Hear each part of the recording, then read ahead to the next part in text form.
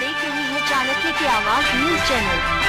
अम्बेडकर नगर से AK चतुर्वेदी की report को लेकर मैं भान्वी मिश्रा। टांडा में बिजली विभाग के जेई का ऑडियो वायरल, जाति सूचक शब्दों पर मचा बवाल। जेई के गुर्गों ने पत्रकार को पीटा। अम्बेडकर नगर जेई का जाति सूचक अपशब्दों वाला ऑडियो वायरल होने के बाद बवाल खड़ा हो गया है। ऑडियो में जेई पर कथित तौर पर मुस्लिम और अन्य जातियों के खिलाफ आपत्तिजनक शब्दों का इस्तेमाल करने का आरोप है। लोगों का कहना था कि ऐसे पद पर बैठे सरकारी कर्मचारी जब जातिवाद को बढ़ावा देंगे तो समाज में सामाजिक समरसता कैसे बनी रह सकती है, तो यह समाज में विभाजन और तनाव को बढ़ावा देगा। सरकारी कर्मचारी के रूप में उनका काम जाति, धर्म और समुदाय से ऊपर उठकर सभी को समान रूप से सेवा देना है। इस तरह की सोच और व्यवहार न केवल उनके दायित्व का उल्लंघन है बल्कि यह समाज के लिए खतरनाक भी है।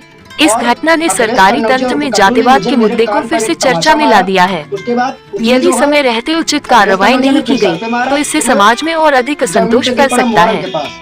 कुछ इसी प्रकार का मामला जनपद अम्बेडकर नगर के तहसील टांडा नगर टांडा विद्युत विभाग के जेई रविशंकर निषाद का एक ऑडियो वायरल हुआ है, जिसमें वह लगातार हिंदू और मुसलमान की बात करते दिखाई दे रहे हैं। एक तरफ हिंदुओं का पक्ष ले रहे हैं और दूसरी तरफ मुसलमान को परेशान करने की बात कर रहे हैं। इसी बात का ऑडियो पिछले 1-2 दिनों से यूपी न्यूज जर्मन पंचायती के तहसील संवाददाता वशिष्ठ टंडन ने वायरल किया था, जिससे बौखलाए जेई रविशंकर निषाद ने पहले तो संवाददाता को चारों तरफ से दबाव डालते हुए मैनेज करने का प्रयास किया। जब मामला बनता नहीं दिखाई दिया तो कल देर रात छज्जापुर पुलिस चौकी के ठीक सामने अपने गुंडों को भेजकर उसकी पिटाई करवा दी। पिटाई करने वालों में शरद सोनी हयातगंज चौक का रहने वाला 2 अन्य लोगों के साथ उसने संवाददाता के घर के पास पहुंचकर फोन करके उसको घर के बाहर बुलाया और ऑडियो डिलीट करने का दबाव बनाते हुए दोबारा ऑडियो वायरल करने पर हत्या की धमकी दी है, जिसका ऑडियो भी पीड़ित ने मोबाइल में रिकॉर्ड कर लिया है। पीड़ित पत्रकार ने कोतवाली टांडा में तहरीर देते हुए अपने ज्ञान को खतरा बताते हुए न्याय की गुहार लगाई है।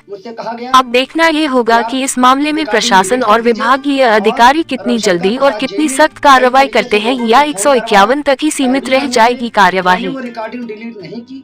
रात में 10 बजे करीब मुझे फोन किया गया सरद सोनी द्वारा। मेरे पास फोन आया, मैं घर से बाहर निकला तो अखिलेश कन्नौजे और कल्लू सनी और शरद सोनी आए।